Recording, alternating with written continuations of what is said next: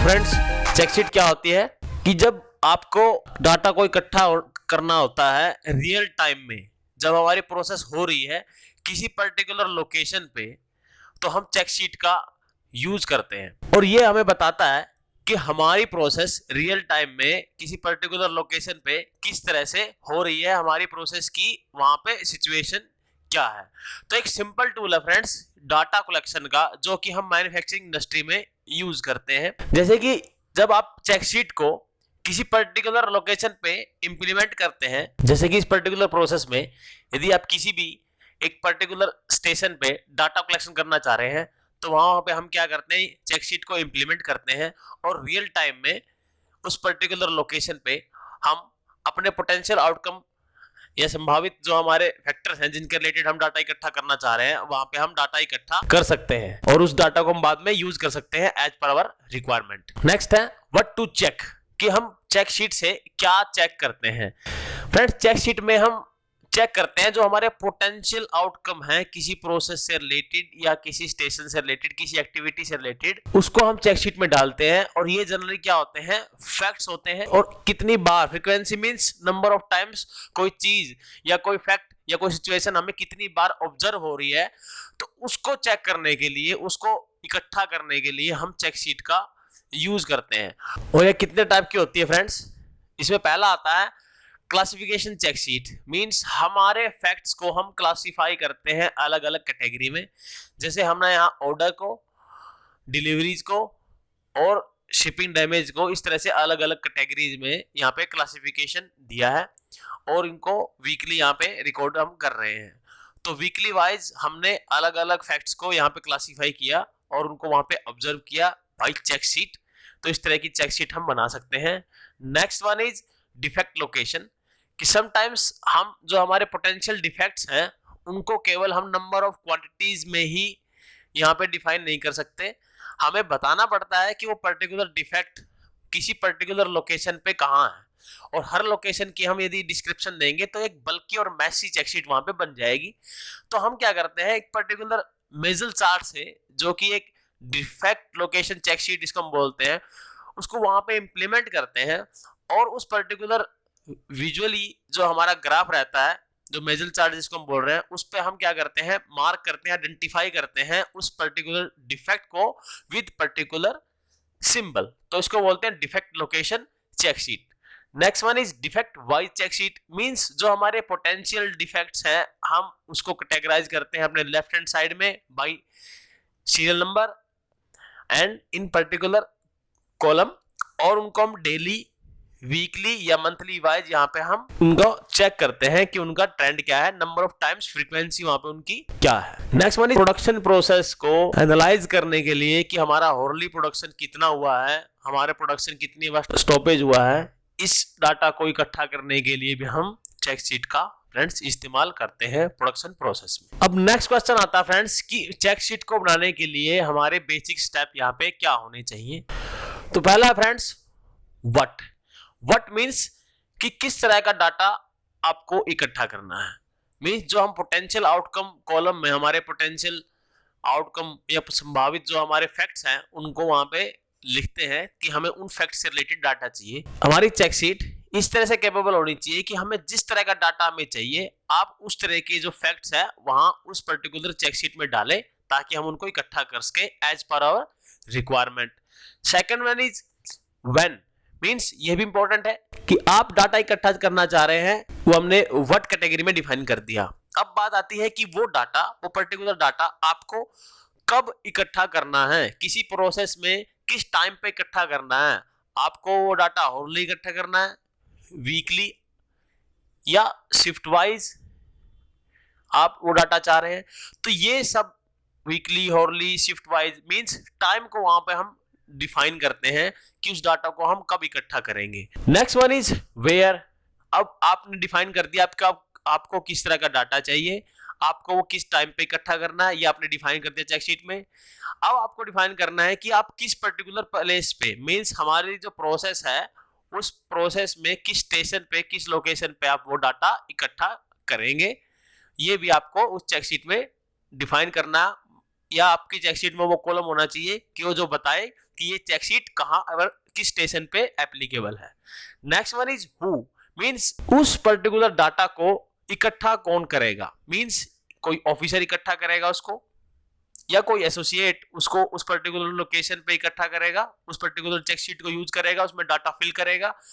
तो ये भी आपकी चेकशीट में डिफाइन होना चाहिए। ये one of the important factor है किसी चेकशीट का। मींस यदि आपके डाटा को इकट्ठे करने वाला जो पर्सन है, जो ऑफिसर है, एसोसिएट है, वो आपकी चेकशीट के डाटा की जो एक्यूरेसी है वो डिफाइन करता है। हु कैटेगरी में जो पर्टिकुलर पर्सन आप डिफाइन करते हैं, यदि वो अपने डाटा के इकट्ठा करने में डिसिप्लिन्ड है, वेल एक्सपीरियंस्ड है और वो स्किल रखता है उस पर्टिकुलर डाटा से संबंधित, तो आपके डाटा की एक्यूरेसी ज्यादा होगी और आप जिस उस पर्टिकुलर डाटा को जिस भी स्ट्रीम में या जिस भी पर्पस के लिए यूज करना चाह रहे हैं वो आपकी मोटिव को वहां पे पूरा करेगा।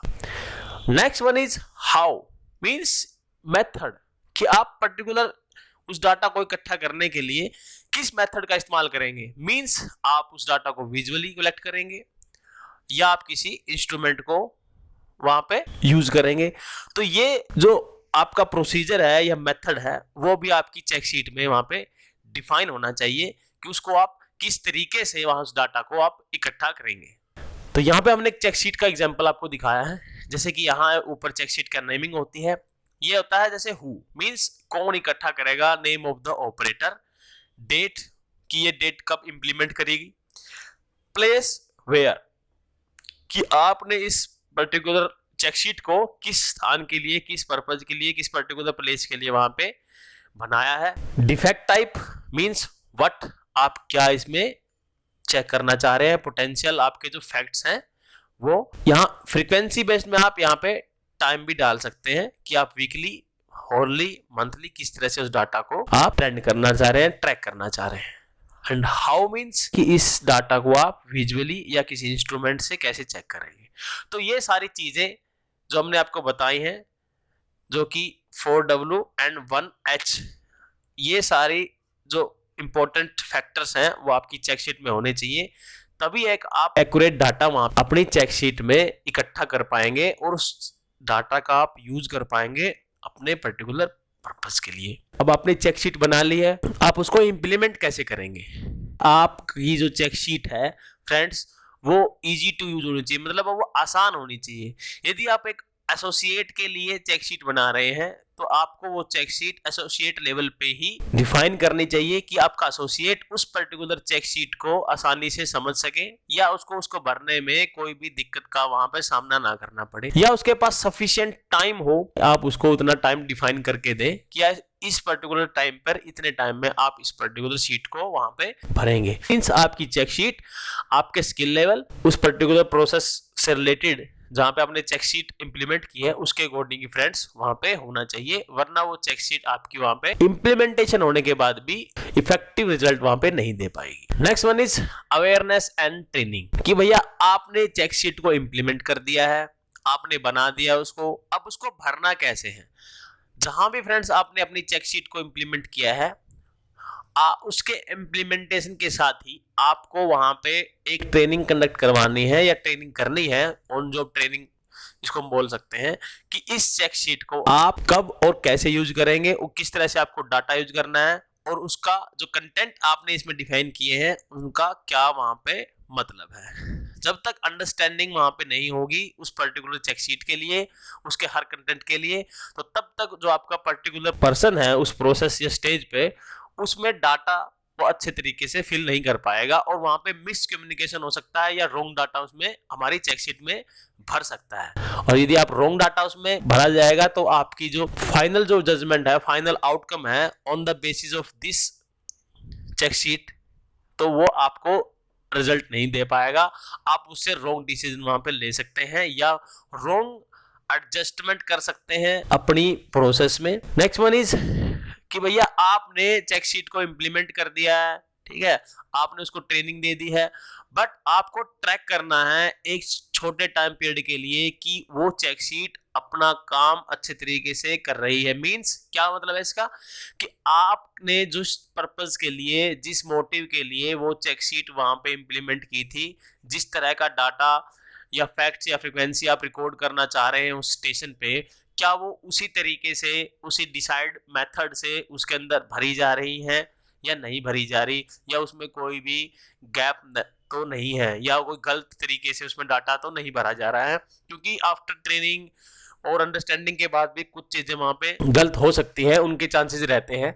तो एक शॉर्ट टाइम पीरियड के लिए, कि यदि आपने इसको ईयरली इंप्लीमेंट किया है तो आप उसको मंथली ट्रैक कीजिए, यदि आपने यदि डेली इंप्लीमेंट किया है तो आप उसको एक बार हर घंटे स्टार्टिंग पीरियड में उसको ट्रैक करें कि हाँ वो उसी तरीके से आप डाटा कलेक्शन हो रहा है जिस तरीके से आपने उस पर डिसाइड किया था, और उसमें कोई भी गैप या वेरिएशन वहां पे नहीं है मेथड के अलावा जो आपने वहां पे डिसाइड किया हुआ है। Next one is discipline. Discipline का मतलब क्या है फ्रेंड्स, कि आप फेथफुली उस पर्टिकुलर चेक शीट में डाटा को फिलअप करें। Time based means time based, और मेथड जो आपको दिया गया है, जिस तरीके से मेथड उसमें डिफाइन किया गया है, आप उसी तरीके से उस पर्टिकुलर चेक शीट में डाटा भरें।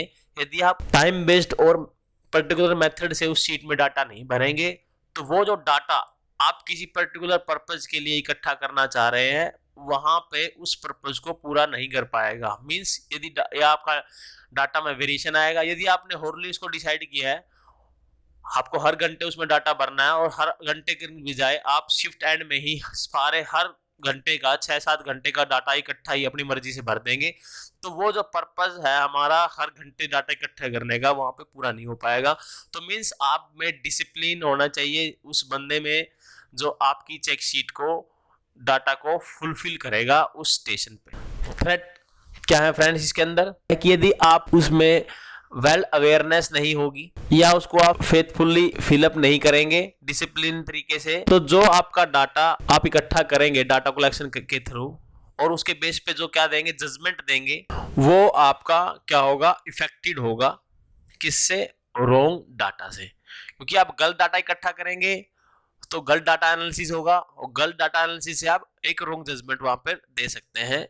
तो सबसे बड़ा थ्रेट डाटा कलेक्शन में यही है कि आप रॉन्ग डाटा इकट्ठा ना करें, और उसको आप वेल अवेयरनेस, ट्रेनिंग, डिसिप्लिन और इजी टू यूज, इन सभी मेथड से वहां पे आपके जो थ्रेट है रॉन्ग डाटा कलेक्शन के उसको वहां पे कम कर सकते हैं। तो I hope friends check sheet से रिलेटेड आपको ये जो मेन पॉइंट्स हैं वो अंडरस्टैंड होंगे।